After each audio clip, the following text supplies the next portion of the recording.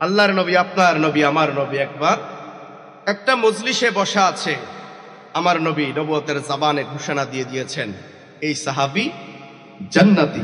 সুবহানাল্লাহ, এই সাহাবী জান্নাতি। আরেকটা মজলিসে আমার নবী ডাক দিয়ে বলেন, এখন আমার একজন সাহাবী এসে এই জায়গার মধ্যে বসবে, সে জান্নাতি। সুবহানাল্লাহ। দেখা গেল সাহাবায়ে কেরাম খেয়াল করলেন, প্রথম মজলিসে যাকে আল্লাহর নবী নবুয়তের জবানে জান্নাতি বলে ঘোষণা দিয়েছেন, আজকেও তাকে জান্নাতি বলে ঘোষণা দিয়েছেন। চিৎকার মেরে বলেন মারহাবা।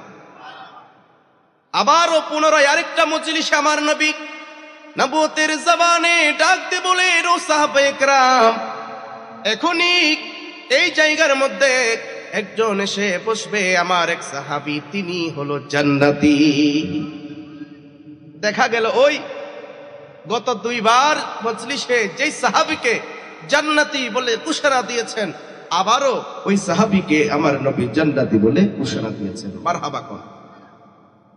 সবাই অবাক হয়ে গেলেন।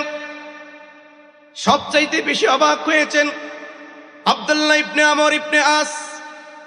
তিনি বলছেন, না, আমাকে খবর নিতে হবে, চারটিখানি কথা নয়, সরাসরি নবুয়তের জবানে আল্লাহর নবী ঘোষণা দিয়েছেন এই সাহাবী জান্নাতি। এমন কি আমল সে করেছে, এমন কি ইবাদত সে করে, আমাকে জানতে হবে। আল্লাহু আকবার। আমাকে জানতে হবে, আমাকে খবর নিতে হবে। সরাসরি আব্দুল্লাহ ইবনে আমর ইবনে আস ওই সাহাবীর ঘরের মধ্যে চলে গেলেন, দরজায় নক করলেন। ভেতর থেকে আওয়াজ এসেছে, মানান্তা, হু আর ইউ, কে আপনি, হু আর ইউ, কে আপনি? বলে, আমি হচ্ছে আব্দুল্লাহ ইবনে আমর ইবনে আস, আমি আমার বাবার সাথে একটু ঝগড়া করে চলে এসেছি, আমি 3টা দিনের জন্য তোমার ঘরে একটু থাকতে চাই, তুমি কি আমাকে একটু সুযোগ দিবে নাকি? সুবহানাল্লাহ। কোন, আমার বাবার সাথে একটু ঝগড়া করে চলে এসেছি, 3টা দিন আমি তোমার ঘরে থাকতে চাই, আমাকে কি একটু সুযোগ দেওয়া যায়? ওই সাহাবী বলে, আহলান ওয়া সাহলান, খুশআমদেদ, স্বাগতম, আপনি নবীর সাহাবী আব্দুল্লাহ ইবনে আমর ইবনে আস আমার ঘরের মধ্যে মেহমান হয়েছেন, আমার ঘরে থাকতে চাচ্ছেন, এটা তো আমার খুশ নসিব, এটা তো আমার খুশ নসিব। মেহমানকে মেহমানদারি করা আমার নবীর সুন্নাত। সুবহানাল্লাহ। মেহমানকে মেহমানদারি করা কি নবীর সুন্নাত। সেজন্য মেহমান আসলে আমার নবী বলছেন, বরকত আসবে তোমার ঘরে, তোমার ঘরের মধ্যে আল্লাহ বরকত বাড়িয়ে দিবে। সেজন্য কারো করে যদি মেহমান আসে, পেরেশান হওয়ার দরকার নাই, মেহমানদারি করা আমার নবীর সুন্নাত। সুবহানাল্লাহ। মেহমান আসলে অনেকে বেজার হয়ে যায়, কি খাওয়াবো? আরে রিজিকের মালিক কে বলেন? রিজিকের মালিক কে? মেহমান আসলে বেজার হয়ে যায়, মুখ কালো করে ফেলে, কখন যাবে এই মেহমান, সেই চিন্তায় তার ঘুম হয় না। অথচ বলেন তো রিজিকের মালিক কে? আরো জোরে বলেন, রিজিকের মালিক কে? ওই ব্যক্তির রিজিক তো তোমার ঘরের মধ্যে রেখেছে আজকে, সেজন্য সে তোমার ঘরের মধ্যে চলে এসেছে। তার রিজিক আল্লাহ তোমার ঘরে দিয়ে দিয়েছে, তোমার টেনশন করার কি আছে? ঠিক কিনা কথা বলেন? বলে, আহলান ওয়া সাহলান, আসেন, বসেন, আমার এই রুমের মধ্যে আমি থাকি, এই ঘরের এই রুমের মধ্যে আপনি থাকবেন 3 দিন নয়, যতদিন ইচ্ছা আপনি থাকবেন, কোনো সমস্যা নাই। সুবহানাল্লাহ।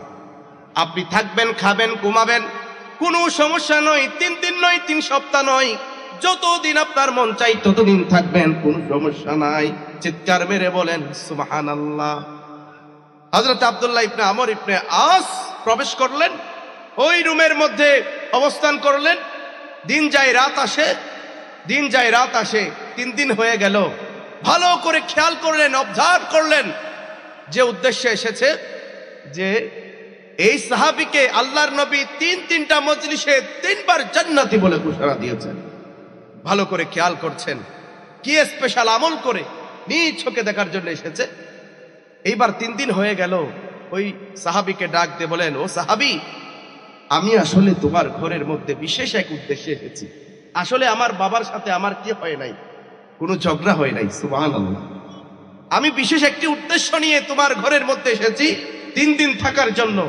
উদ্দেশ্যটা হলো, আল্লাহর নবী নবুয়তের জবানে 3টা মজলিসে 3 বার তোমাকে জান্নাতি বলে ঘোষণা দিয়েছেন। কি এমন তুমি আমল করো কি এমন ইবাদত তুমি করো আমি নিজ চোখে দেখার জন্য, জাস্টিফাই করার জন্য এসেছি। সুবহানাল্লাহ। কোন ওই সাহাবী ডাক দিয়ে বলেন, ওগো আব্দুল্লাহ ইবনে আমর ইবনে আস, আসলে আমার স্পেশাল কোনো আমল নাই, নামাজ পড়ি, রোজা রাখি, যতটুকু পারি নফল ইবাদত করি, তাহাজ্জুদ আদায় করি, জিকির আজকার করি, দান সাদকা করি, যতটুকু পারি ভালো কাজ করার চেষ্টা করি। আমার কাছে তো তেমন স্পেশাল কোনো আমল নাই, শুধুমাত্র একটা স্পেশাল আমল আমার কাছে আসে, সেটা হচ্ছে কোনো মানুষ যদি অন্যায় ভাবে আমাকে আঘাত করে, কষ্ট দেয়, যন্ত্রণা দেয়, সাথে সাথে আল্লাহর ওই বান্দাকে আল্লাহর ওয়াস্তে আমি তাকে মাফ করে দিই, এবং উল্টা আমি তার জন্য আল্লাহর কাছে দোয়া করে ঘুমের করে ঘুমাইতে যাই। হযরত আব্দুল্লাহ ইবনে আমর ইবনে আস অবাক হয়ে গেলেন, হায়রে, শুধুমাত্র আল্লাহর বান্দাকে মন থেকে, হৃদয় থেকে মাফ করে দেওয়ার জন্য আল্লাহ তার পজিশনকে এত বাড়িয়ে দিয়েছেন। আল্লাহর নবী সরাসরি তাকে জান্নাতি বলে দুনিয়ার জমিনে ঘোষণা দিয়েছেন। সুবহানাল্লাহ। তাহলে এভাবে আমরা যদি মানুষকে ক্ষমা করে দিই, প্রতিশোধ পরায়ণ না হই, কাউকে হিংসা না করি, কারো উপর জুলুম না করি, আমরা যদি হৃদয় থেকে মাফ করে দিই, আল্লাহর বান্দাকে আমাদের পজিশনকেও বাড়িয়ে দিবেন কে?